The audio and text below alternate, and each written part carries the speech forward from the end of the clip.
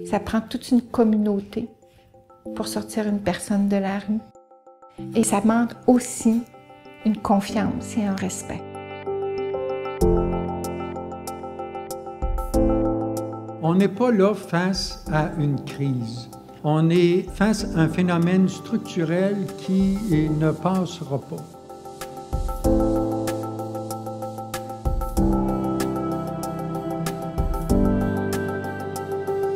Globalement, on a beaucoup de ressources en place, on dépense beaucoup sur nos personnes itinérantes, mais pourtant, le problème s'aggrave. Alors, est-ce qu'il serait temps de commencer à penser autrement? Par où doit-on commencer? Bien, être à la rue. Tu commences par lui donner une place et ça, c'est un droit.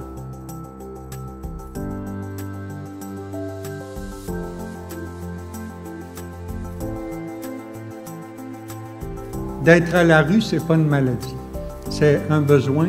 Et dans notre société, c'est un droit d'avoir une place où vivre.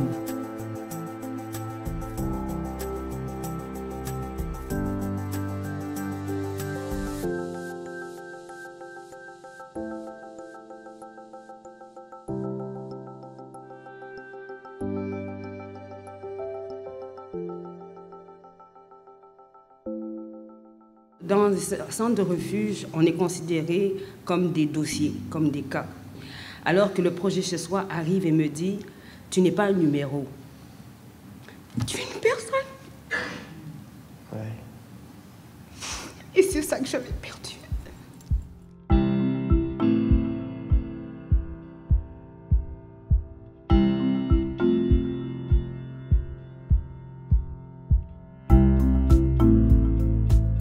Le fait d'avoir un logement, ça te permet, il y en a beaucoup qui nous disent c'est la base. Après ça, tu peux passer à autre chose, tu peux penser à d'autres choses. Écoute, un toit, ben, ouais, tu peux te stabiliser au niveau de ta santé mentale, tu peux te stabiliser au niveau de plein de choses dans ta vie, là. Quand on est son domicile, on peut aussi se perdre là-dedans, sa propre identité. On ne sait plus vraiment qui on est, on n'a pas le temps de se retrouver, il n'y a pas d'intimité, il n'y a pas de tranquillité, on est toujours dans le flou quotidien. On peut penser que parfois les gens qui vont se mettre en dessous des pans, dans les abribus, c'est pour créer un petit environnement, donc une certaine intimité à soi.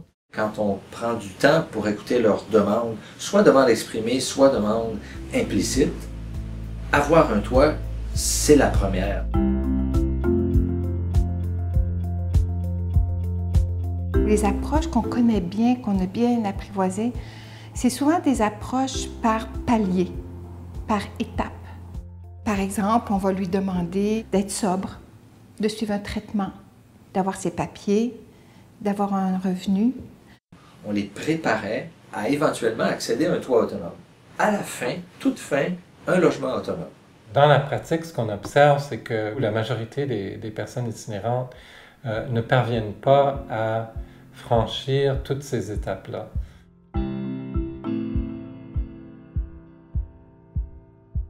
L'idée donc, du projet Chez Soi, c'est d'avoir un autre type d'intervention, donc on trouve rapidement un logement pour les personnes. Et surtout, on les accompagne dans la vie quotidienne avec des équipes de suivi. Si on veut l'expliquer d'une façon très simple, c'est donner accès immédiatement à un logement avec des services de soutien à des personnes qui sont en situation d'itinérance chronique ou épisodique, avec très, très peu de conditions. On a plané tous les obstacles administratifs ou cliniques pour pouvoir permettre à la personne de vivre dans la communauté, d'avoir accès à un logement qui autrement elle n'aurait pas la capacité d'aller chercher elle-même. L'idée, c'est de radicalement repenser la manière d'intervenir, et où les personnes sont vues comme étant au cœur de leur propre vie, ont leur propre logement, prennent leurs propres décisions. Donc on prend les gens là où ils sont, et puis on les entoure donc, avec des équipes de suivi, d'accompagnement. On va privilégier le choix de la personne. Quand la personne fait un choix, on a plus de chances de pouvoir l'intéresser à maintenir un logement. C'est plus un corps médical ou des intervenants, ou peu importe, qui décident que voici les critères, faut dire que la personne a une vie satisfaisante. C'est plutôt ces critères à elle. Souvent, on arrive à la même place, mais on prend des chemins différents. Et ce qu'on gagne, c'est qu'on allume de l'espoir. Et quand on réussit à allumer cette flamme-là de l'espoir, mais toutes les possibilités sont ouvertes. Quand on décide de travailler avec un modèle Housing First, il y a des techniques d'intervention que les intervenants doivent adopter. Il faut trouver des logements qui sont dispersés pour éviter une trop grande concentration de personnes qui ont le même profil. On donne le choix à la personne de quel est le type d'appartement dans lequel elle voudrait habiter. On essaie de trouver un appartement dans le quartier qui les intéresse. Et c'est sûr que quand on fait ça, on commence déjà à traiter la personne comme un être humain, comme on aimerait soi-même être traité. J'avais peur aussi d'avoir l'étiquette de santé mentale. Je ne veux pas être ghettoisée non plus dans un HLM et autres. Là où je suis, c'est privé, alors on a du monde sourd, de monde mélangé. Alors là, ça ne paraît pas. Je sors, je rentre, personne ne connaît ma vie, puis j'ai mon orgueil aussi. La séparation entre le logement et les services est capitale parce que si la personne perd son logement, elle ne met pas en jeu les services cliniques. Et si la personne décide de ne plus avoir de services cliniques, elle ne met pas en jeu son logement. Il serait difficile qu'une équipe clinique gère à la fois l'ensemble du parc résidentiel. L'équipe clinique s'assure que les services qui sont offerts vont au rythme du client. Mais l'équipe logement, elle, s'assure que les clients qui occupent les logements des propriétaires le font à l'intérieur d'un certain nombre de règles minimales. The housing team is really there to kind of smooth things over with the landlord, is the correspondence between the participant and the landlord oftentimes. And then we're there in place for the participants' interests. Dans la réduction des méfaits, on s'assure que la consommation, même si elle continue, se fait alors qu'il y a le moins de méfaits possible. C'est qu'on veut aussi s'assurer qu'on engage dans un rapport de traitement une clientèle qui, comme pour le Housing First, peut-être nous échappait auparavant. Si on place une exigence très élevée d'arrêt de consommation, on l'a longtemps fait, il y a beaucoup de clients qui ne viendront pas et qui vont perdre leur adhésion au traitement. C'est de prendre la personne comme elle est. De ne pas vouloir l'amener nulle part autre que où elle a vu aller, puis d'être là avec elle là-dedans. Parce que pendant qu'ils sont là, bien, ils ne sont pas dans la rue, ils sont moins à risque de victimisation, ils sont moins à risque de judiciarisation, ils vont moins dans les hôpitaux, on réduit les méfaits de la société, on réduit leurs méfaits à eux, on réduit les méfaits de tout le monde dans la plupart des cas, évidemment.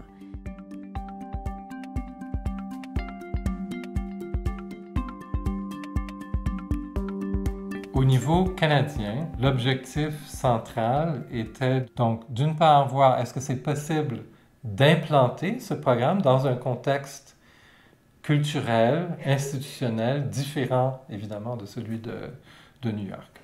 Et d'autre part, si c'est possible de l'implanter, de voir dans quelle mesure est-ce que c'est efficace en comparaison avec les services habituels qu'on retrouve dans les différentes villes, et aussi coût efficace. Dans quelle mesure est-ce que le coût de l'intervention est contrebalancé par des réductions dans les coûts d'autres ressources, telles que les refuges d'urgence, les hospitalisations psychiatriques, l'intervention policière, etc.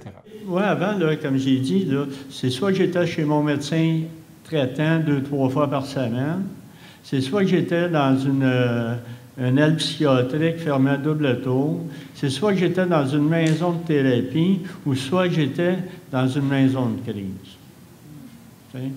C'est là qu'était ma vie, jusqu'à l'itinérance totale. Comment est-ce qu'on mesure l'efficacité dans le contexte d'une étude comme celle-ci?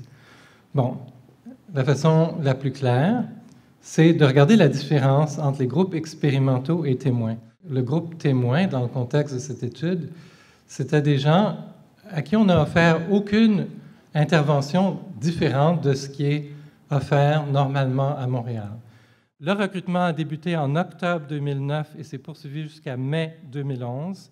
Donc, jusqu'à mars 2013, on a fait des suivis et on a déterminé si la personne était à besoin élevé ou modéré en fonction du score sur une échelle de fonctionnement.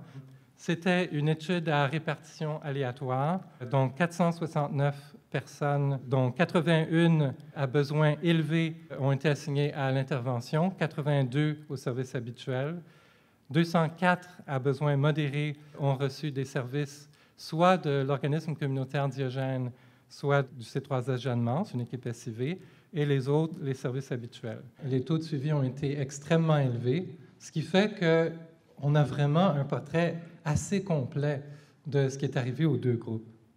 Ce qu'on a pu constater, c'est que l'approche Housing First, le modèle logement d'abord, est nettement plus efficace que les services habituels pour aider les personnes à accéder à un logement stable. Les 2/3 des participants étaient en logement stable toutes les nuits pendant les derniers 6 mois de l'étude, comparativement à environ 30% des personnes qui recevaient les services habituels. Au lieu d'utiliser toutes sortes de ressources qui répondent à des situations d'urgence de façon plus ou moins coordonnée, on peut mettre à leur disposition une équipe d'intervenants bien formés, un appartement décent, qui peut vraiment les aider à faire une utilisation beaucoup plus rationnelle des ressources du système de santé. Le coût moyen de l'intervention était de 22 482 $ par personne pour le groupe à besoins élevés et 14 000 $ pour le groupe à besoins modérés. Et au cours de la période de suivi de 2 ans, tous les 10 $ investis dans le logement d'abord ont généré des diminutions de coûts de 8,27 $ pour les participants à besoins élevés et 7,19 $ pour les participants à besoins modérés. Donc, nous avons pu constater que pour les participants à besoins élevés, environ 83% du coût de l'intervention sont récupérés sous forme de, surtout, réduction dans les hospitalisations psychiatriques, et dans une moindre mesure, réduction dans l'utilisation d'autres services. Et pour les participants à besoins modérés, environ 72% du coût est récupéré, cette fois-ci beaucoup sous forme de réduction dans l'utilisation de refuges et d'autres types de logements qui sont évidemment remplacés par l'appartement subventionné. En faisant certains ajustements, c'est une dépense qu'on peut se permettre. On peut aussi penser les résultats de ce projet en termes du bien-être des personnes. Alors globalement, on a identifié à peu près 24 variables: avoir contact de famille, avoir diminué sa consommation, s'être impliqué dans des nouvelles activités sociales, avoir le sentiment de pouvoir prendre ses propres décisions, d'être reconnu, etc. Donc 24 variables comme ça, puis on les a identifiées dans le récit des personnes, puis on a comparé les deux groupes. Et 84% des personnes de groupe expérimental, quand on combinait toutes ces variables-là, font un bilan positif donc, de leur vie depuis 18 mois. Si on regarde du côté des gens qui sont restés avec les services habituels, mais c'est le maintien ou les dégradations sur les 5 dimensions. À quelques exceptions près. Dans une courte période de temps, on a changé la donne, dans les faits, sur les dimensions matérielles, relationnelles, corporelle, soit on a maintenu ou amélioré, donc santé physique, santé mentale, décisionnelle, et d'être bien dans sa vie, vraiment une amélioration notable sur les 5 dimensions.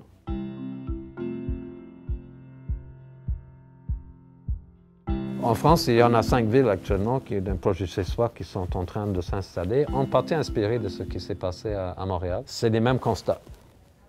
C'est les mêmes constats. Ce n'est pas tout à fait le même contexte, ce n'est pas tout à fait la même manière de faire, ce n'est pas tout à fait le même ministère qui porte ou les acteurs qui portent le projet. Ça, c'est varié d'une ville à l'autre. Mais l'impact sur les populations, c'est comparable. Donc, on a vraiment le sentiment qu'il y a une sorte de grande expérimentation qui se fait à travers plusieurs villes, en Europe, bon, ici aussi, et que les conclusions sont comparables.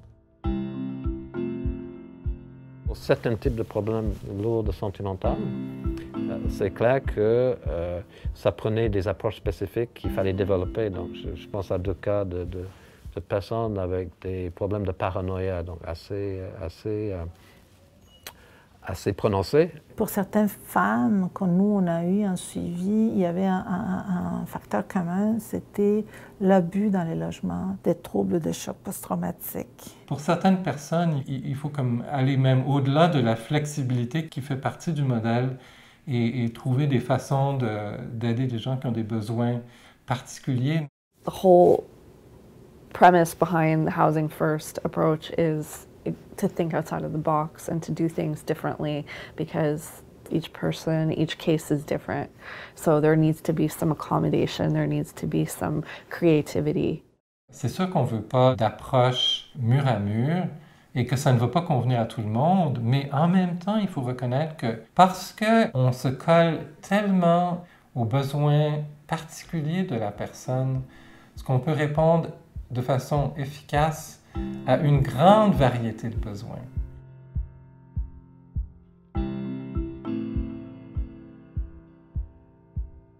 C'est souvent assez exigeant pour une équipe d'apprendre à fonctionner selon un modèle précis comme le modèle Housing First. Une échelle de fidélité a été développée et ce qu'on voit donc, c'est que plus ce score est élevé, plus les résultats sont favorables pour les clients. On est vraiment beaucoup plus assuré d'avoir des bons résultats si on s'astreint à respecter le modèle de façon intégrale autant que possible. C'est pas suffisant de juste engager un certain nombre d'intervenants, une coordonnatrice d'équipe, de leur donner une formation de quelques jours et puis de les laisser partir. C'est vraiment important de mettre les moyens en place pour qu'une équipe atteigne aussi rapidement que possible un haut niveau de fidélité au modèle Housing First. À tous les niveaux, les autres chercheurs, les intervenants, et même au niveau du gouvernement provincial, les gens maintenant voient que c'est une approche qui a sa place. Ce n'est pas dire qu'il n'y a pas de place pour toutes sortes d'autres modèles et interventions. Puis on retrouve à travers les services existants des éléments qu'on retrouve dans le projet chez soi. Reconnaissance, écoute, accompagnement, aide à trouver un logement. Ce qui distingue chez soi, je dirais, c'est qu'on combine tout ça dans une approche. En fait. Mais ça veut dire qu'on peut utiliser les résultats du projet chez soi pour mettre en valeur ce qui existe déjà, et avec l'idée que ça peut être mieux soutenu. En même temps, en disant, eh oui, il y a une place pour une approche chez soi où on regroupe ce qui va bien dans une approche. On peut voir le modèle logement d'abord comme un outil parmi plusieurs qui font partie d'une stratégie globale pour mettre fin à l'itinérance dans une ville ou une communauté, une province, un pays.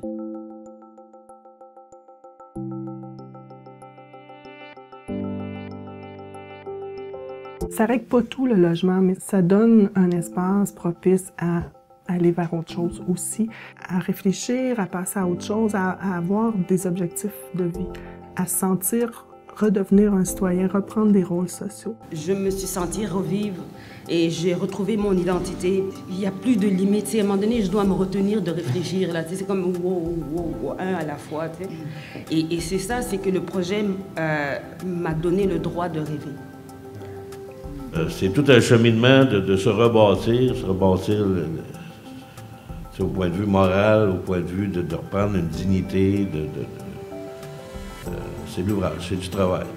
Mais toute leur bienveillance, toute leur tolérance, leur patience ont fait en sorte que je deviens Bernard. Je deviens...